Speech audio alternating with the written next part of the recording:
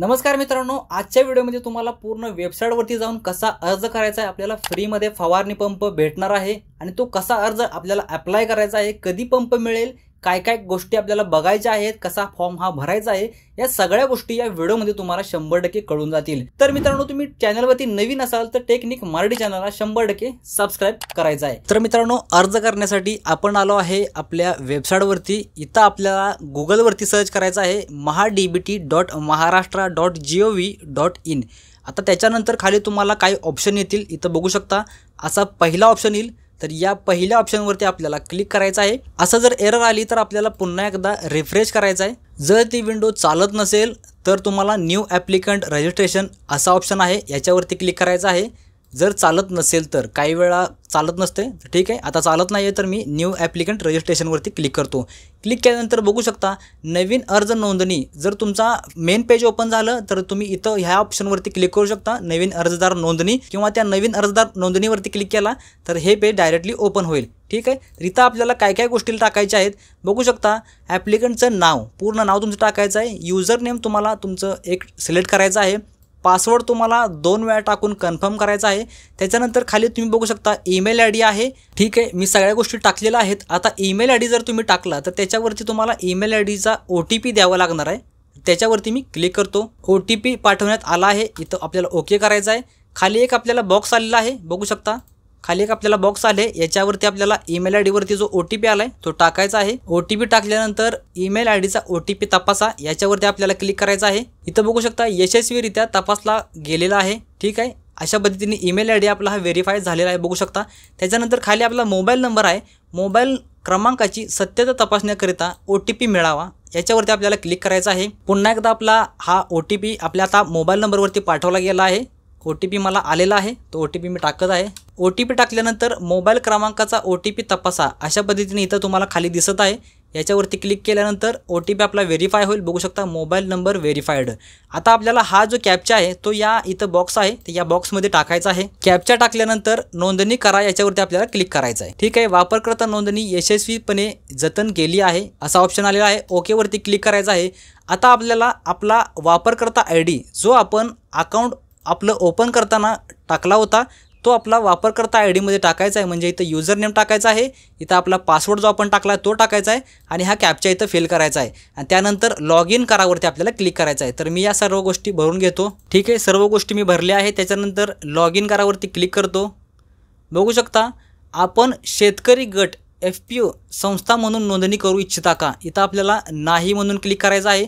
त्याच्यानंतर आधार क्रमांक UID प्रविष्ट करा, याच्यावरती आपल्याला आपला आधार कार्डचा नंबर टाकायचा आहे। त्यानंतर प्रमाणीकरण प्रकार निवडा, OTP वरती आपल्याला घ्यायचा आहे आणि याच्यामध्ये तुमचा मोबाईल नंबर हा आधार कार्डशी लिंक असणे आवश्यक आहे। बघू शकता भारत सरकार अथवा महाराष्ट्र शासनाच्या विविध योजना व सेवांचा लाभ घेण्याकरता माझ्या पात्रतेविषयक माहिती मिळवण्यास महाडीबी पोर्टल व संगणकीय प्रणालीस माझा आधार क्रमांक व माझ्या वैयक्तिक माहितीचा वापर करण्यास मी सहमती देत आहे। तर इथं मी सहमत आहे वरती क्लिक करायचं आहे।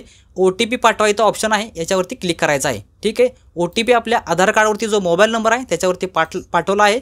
मला OTP आलेला आहे, तो OTP मी इथं टाकत आहे, ठीक आहे। त्याच्यानंतर आपल्याला OTP तपासावरती क्लिक करायचं आहे, ठीक आहे। OTP आपला रजिस्ट्रेशन सक्सेसफुल झालेला आहे, यशस्वीरित्या नोंदणी झाली आहे। वापरकर्ता नोंदणी यशस्वीपणे जतन केली आहे, ओके वरती क्लिक करायचं आहे। पुन्हा एकदा वापरकर्ता ID वरती क्लिक करायचं आहे आणि पुन्हा एकदा आपण असाच आपला युजर नेम टाकायचा आहे, पासवर्ड टाकायचा आहे आणि खाली कॅप्चा हा टाकायचा आहे, ठीक आहे। सर्व गोष्टी आपण पुन्हा एकदा टाकलेल्या आहेत आणि लॉग इन वरती क्लिक केलेलं आहे। लॉग इन केल्यानंतर बघू शकता आपले प्रोफाईल अपूर्ण आहे, कृपया घटक लागू करण्यासाठी आपले प्रोफाईल तपशील पूर्ण करा, ओके वरती क्लिक करायचं आहे, ठीक आहे।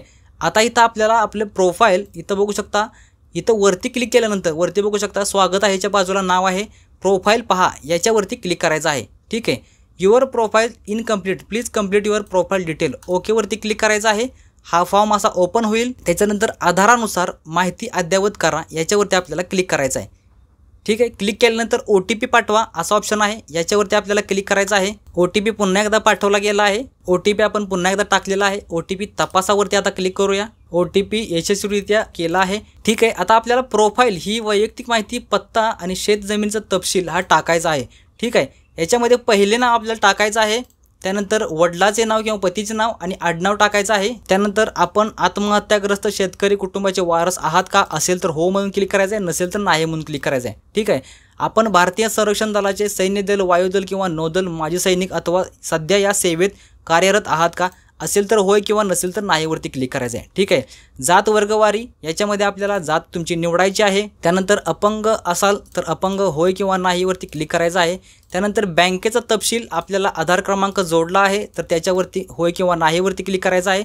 ठीक आहे, त्यानंतर बँकेचा खाते क्रमांक टाकायचा आहे, IFSC कोड टाकायचा आहे, शाखेचं नाव टाकायचं आहे। इथं एक टिकमार्क आहे, ती टिकमार्क लावायची आहे आणि जतन करावरती क्लिक करायचं आहे। माहिती जतन केली आहे, त्याच्यानंतर पत्ता आपल्याला द्यायचा आहे। ठीक आहे, पत्ता आपण पूर्ण टाकलेला आहे। त्यानंतर जतन करावरती क्लिक करायचं आहे। ठीक आहे, यशस्वीरित्या जतन झालेलं आहे। आपल्या मालकीची शेतजमीन एकपेक्षा जास्त गावात असल्यास प्रत्येक गावातील शेतजमिनीची माहिती सर्वे नंबर निहाय भरावी। ठीक आहे, जास्त ठिकाणी जागा असेल तर ते पण भरावी लागणार आहे। तर इथं आपल्याला बेसिक गोष्टी टाकायच्या आहेत।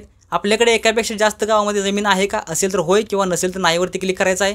त्यानंतर जिल्हा निवडायचा आहे, तालुका निवडायचा आहे, शहर निवडायचं आहे। 8A खाते तपशील वर निवडलेल्या गावासाठी आपलं ज्या गावामध्ये जमीन आहे त्याचा 8A खाते क्रमांक, कृषी क्षेत्र जमीन हेक्टर आर, त्याच्यानंतर 7-12 उतार्याचा तपशील, ह्या गोष्टी आपल्याला टाकायच्या आहेत आणि शेतजमिनीचा तपशील जतन करा याच्यावरती क्लिक करायचं आहे। तर मी या सगळ्या गोष्टी टाकून घेतो। ठीक आहे, आपला हा अर्ज भरून झालेला आहे।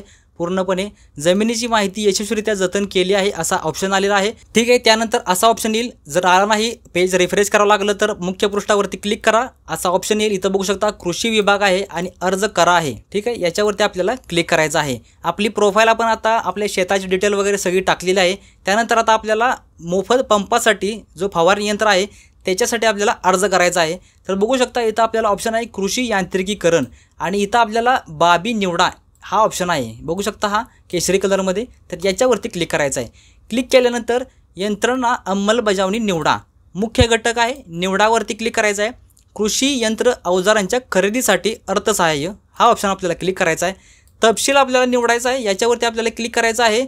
मनुष्यचलित अवजारे, त्यानंतर यंत्रसामग्री अवजारे व उपकरणे याच्यावरती क्लिक करायचं आहे। त्याच्यानंतर पीक संरक्षण अवजारे याच्यावरती आपल्याला क्लिक करायचं आहे। खाली बघू शकता मशीनीचा प्रकार, याच्यावरती क्लिक केल्यानंतर आपल्याला इथं मॅन्युअल स्प्रेअर, नॅपसॅक, फूट, बॅटरी ऑपरेटेड स्प्रेअर असा इथं ऑप्शन चूज करायचा आहे। इथं आपल्याला एक मी पूर्वसंमतीशिवाय कृषी यंत्र अवजारी खरेदी करणार नाही याच्यावरती क्लिक करायचं आहे आणि जतन करा या ऑप्शनवरती आपल्याला क्लिक करायचं आहे। ठीक आहे, घटक यशस्वीपणे अर्ज समाविष्ट केला आहे याच्यावरती येसला क्लिक करायचं आहे। मुख्य पृष्ठाला क्लिक करायचं आहे, त्याच्यानंतर पुन्हा एकदा अर्ज करावरती क्लिक करायचं आहे आणि आता आपल्याला वर बघू शकता आपल्या पसंतीच्या सर्व बाबी निवडून झाल्यानंतर अर्ज सादर करावा या बटनावर क्लिक करावे असं लिहिलं आहे, अर्ज सादर करा याच्यावरती क्लिक करायचं आहे। ओकेवरती क्लिक करायचं आहे। त्याच्यानंतर खानापूर लिहिलं आहे आपल्या तालुक्याचं नाव, इथं पहावरती क्लिक करायचं आहे। ठीक आहे, खाली बघू शकता इथं डिटेल आली आहे, कृषी अवजारांच्या खरेदीसाठी अर्थसहाय्य आणि इथं बघू शकता मनुष्यचलित अवजारे। ठीक आहे, इथं निवडावरती क्लिक करायचं आहे, 1ला क्लिक करायचं आहे। जर तुम्ही 2-3 अर्ज केले असतील तर तिथं तेवढे पण येतील। ठीक आहे, पुन्हा एकदा इथं योजनेअंतर्गत लिहिलं आहे त्याच्या पुढे एक टिकमार्क लावायचा आहे आणि अर्ज सादर करा याच्यावरती क्लिक करायचं आहे। ठीक आहे, इथं क्लिक केल्यानंतर थोडा वेळ लागतो। ठीक आहे, बघू शकता त्याच्यानंतर आपला ॲप्लिकेशन ID येईल। ठीक आहे, मेसेज पण आलेला आहे आणि आता आपल्याला 23.60 रुपये हा पेमेंट करायचा आहे। मेक पेमेंटवरती क्लिक करायचं आहे। ठीक आहे, क्लिक केल्यानंतर क्रेडिट कार्ड, डेबिट कार्डवरती क्लिक करा। इथं पुढे एक ऑप्शन आहे त्याच्यावरती क्लिक करा, इथं सगळी डिटेल येईल। ठीक आहे, प्रोसीड फॉर पेमेंटवरती आपल्याला क्लिक करायचं आहे। क्लिक केल्यानंतर तुम्हाला QR कोड आहे ऑप्शन इथं क्लिक करायचं आहे। पुन्हा एकदा इथं भीम UPI वरती क्लिक करायचं आहे आणि मेक पेमेंटवरती क्लिक करायचं आहे। त्याच्यानंतर असा QR कोड येईल, तिथं तुम्हाला 23 रुपयाचं पेमेंट करायचं आहे ऑनलाईन। ठीक आहे, मी पेमेंट करून घेतो। ठीक आहे, पेमेंट आपलं झालेलं आहे, थोडा वेळ वाट बघायचं आहे, असाच हा ऑप्शन राहणार नाही, रिफ्रेश होईल पेज। ठीक आहे, रिफ्रेश पेज झालेलं आहे, आपलं पेमेंट सक्सेसफुल झालेलं आहे। तुम्ही प्रिंट रिसीट करणार असाल तर प्रिंट पण करू शकता। ठीक आहे, मी क्लोज करतो। त्याच्यानंतर मी अर्ज केलेल्या बाबी याच्यावरती क्लिक करायचं आहे। ठीक आहे, क्लिक केल्यानंतर बघू शकता इथं तुमचा अर्जाची प्रलंबित फी, अर्ज जर तुम्ही कुठला भरलेला आहे पण फी भरलेली नाही तर तो ऑप्शन इथं येईल। छाननी अंतर्गत अर्ज, आता हा अर्ज आपण आज भरलेला आहे, इलिजिबल फॉर लॉटरी लिहिला आहे। कॅन्सल करणार असाल तर रद्द करावरती क्लिक करायचं आहे। अर्ज पाहण्यासाठी इथं क्लिक करायचं आहे, पोचपावतीसाठी इथं, फीची पोचपावतीसाठी इथं। तर हा अर्ज आपण भरलेला आहे, अर्जाचा क्रमांक आहे।